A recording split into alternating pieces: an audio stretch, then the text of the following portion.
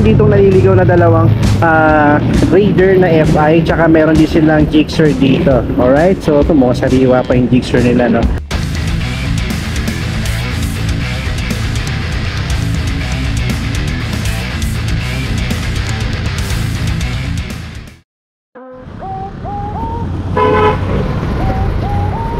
What is up mga karepo? Welcome kayo sa panibagong episode ng Repo Update. So kung ikaw ay mahilig sa motor at naghahanap ka ng mura, second hand at installment na motor, ang channel na to ay para sa iyo. Kaya kung di ka pa nakasubscribe, i-click mo na yung subscribe button at ang notification bell, sa ganon ay ma-notify pagkatapos sa mga susunod ko pa ilalabas na Repo Update.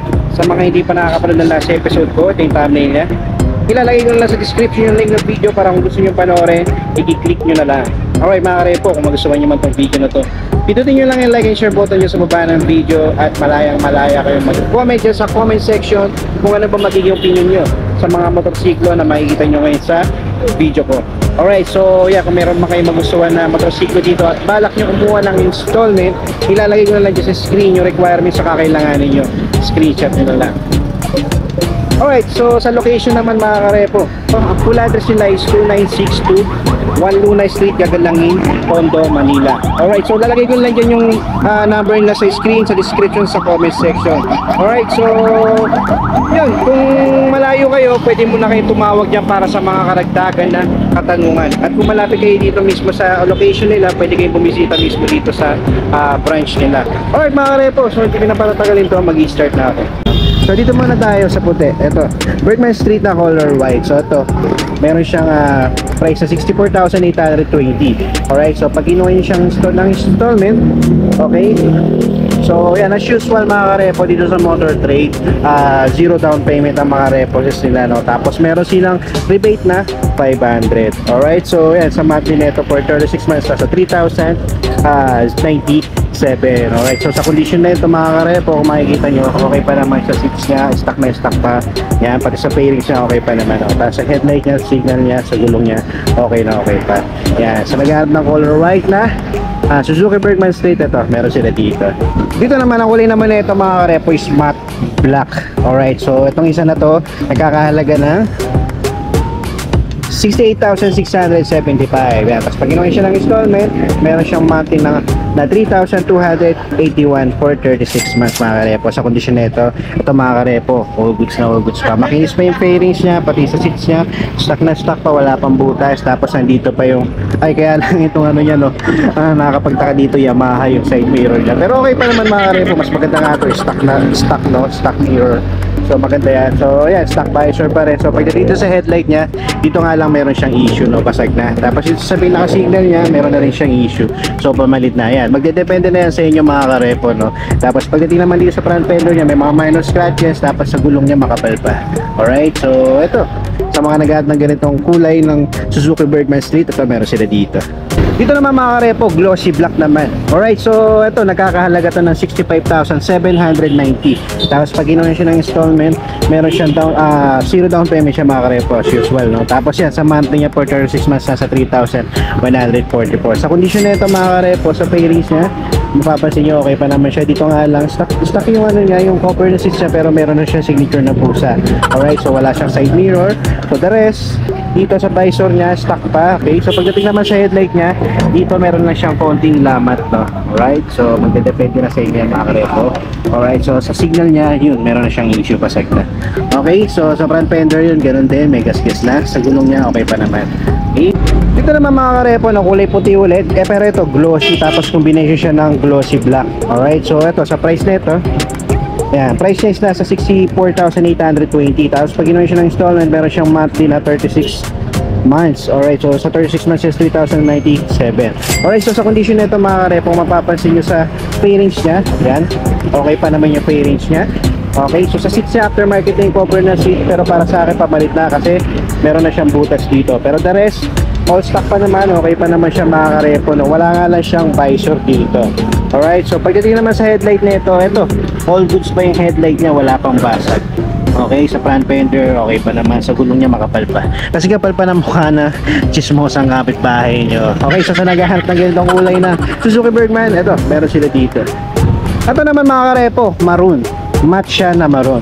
Alright, so ito sa price na ito, so nagkakalaga siya ng 62,020. Alright, so sa condition na ito mga karepo, sa fairings niya, okay pa naman yung fairings niya mga karepo, na wala pa naman siyang basag or mga malalaking gasgas. Stock pa yung cover ng seats niya, pero may konting signature lang doon, pero okay pa yan mga karepo. Alright, so meron siyang side mirror. Okay, so sa visor niya may sticker lang, pero stock pa to. Okay, so pagdating naman sa headlight na ito, yan, all goods pa, wala pa siyang basag. Sa signal nga lang, meron konting lamat dito. Sa kabila okay pa naman. Sa front fender niya, ito may scratches siya dito. Sa gulong niya makapal pa mga karepo. Alright, so sa naghahanap ng ganitong kulay ng Bergman Street, ito, meron sila dito. Dito naman mga karepo, no, glossy black naman mga karepo. So ito, nagkakaalaga to ng 69,560. Alright, so sa monthly na neto for 36 months, nasa 3,324. Alright, so sa condition nito mga karepo, mapapansin nyo yan, mayroon na siyang issue rito, no, kasama headlight pati signal. Okay, so yan, depende na sa inyo yan. Tapos aftermarket na yung cover ng seat, pero para sa akin, pabalik na rin. Okay, so yan, so hindi ko na masyadong check to kasi hindi pwede to sa maselan talaga. Okay, so depende na yan sa naghahanap talaga, no. Okay, so yan, Suzuki Bergman. Alright, dito naman mga karepo, no, meron ulit sila ditong matte na kulay maroon. Okay, so ito naman, check natin mga karepo, no. So nagkakahalaga to ng 64,820. Pag kinuha siya ng installment, meron siyang 3,097 for 36 months. Okay, so ito, sa condition nito mga karepo, okay pa to. Yan, all stock pa siya. Pati sa seats niya, wala pang butas. Fairings niya, buo pa. Wala pang basag. Okay, so pagdating sa visor niya, yan, stock pa. Sa headlight niya, okay na okay pa. Wala pang basag. Makinis pa yung lens. Pati sa signal. Yan, sa front fender niya, to makinis pa front fender nito. Sa gulong nito, kasing kapal pa ng mukha ng katabi mo. Okay, so yan, sa naghahanap yan ng Suzuki Bergman na matte na maroon, ito, meron sila dito. Alright mga karepo, dito naman, ito, ang kulay naman nito is matte gray, no? Ito yung unang labas ng kulay ng Suzuki Bergman. Alright, so ito, nagkakalaga to ng 62,020. Tapos yan, for 36 months, nasa 2,964. Alright, so sa kondisyon nito mga karepo, hindi to pwede sa maselan kasi kung makikita nyo, basag na yung dito sa gilid. Doon naman banda sa likod, okay pa naman mga karepo. Dito lang banda sa gilid sa harapan. Okay. So dito sa kabila, ayun, ganun din, may malaking scratches din, pero dito okay na okay pa, no? Dito lang talaga. Pero sa headlight niya, all goods pa mga karepo, wala pang basag pati sa signal. Okay, sa front fender niya, yan, may mga minor scratches lang, sa gulong niya makapal pa. Okay, so yan, depende na sa inyo mga karepo sa naghahanap ng ganitong unit, ganitong kulay ng Suzuki Bergman. Ito, meron sila dito. So yun mga karepo, lahat ng mga may prices ng mga Bergman nila, no? Kasi halos lahat to puro Bergman, no? Okay, so papakita ko sa inyo yung mga walang price, no? Katulad nito, ito walang price tong Bergman na to, no? Okay, so sa condition nito yan, may sticker lang, pero the rest yan, okay pa naman. Ano pa yung seats niya, no? Stock pa, kaya lang may signature na siya ng pusa, pero the rest okay pa naman to. Okay, so ano pa ba? Ito, wala rin price to. Yan, so sa fairings na ito, okay pa, aftermarket na yung cover ng seats niya, pero pamalit na siya.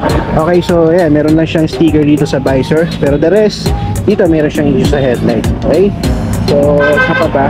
Ito rin mga karepo, no, kulay black, glossy black, wala rin siyang price, no, for pricing din. Okay, so sa condition na ito, okay pa yung headlight na ito, pati signal. Okay, so sa gulong niya, okay pa naman. Dito nga lang sa seats niya, may signature na siya ng pusa, stock pa to. Okay, so yan, magdedepende na sa inyo, pwede nyo naman palitan, mura lang yan.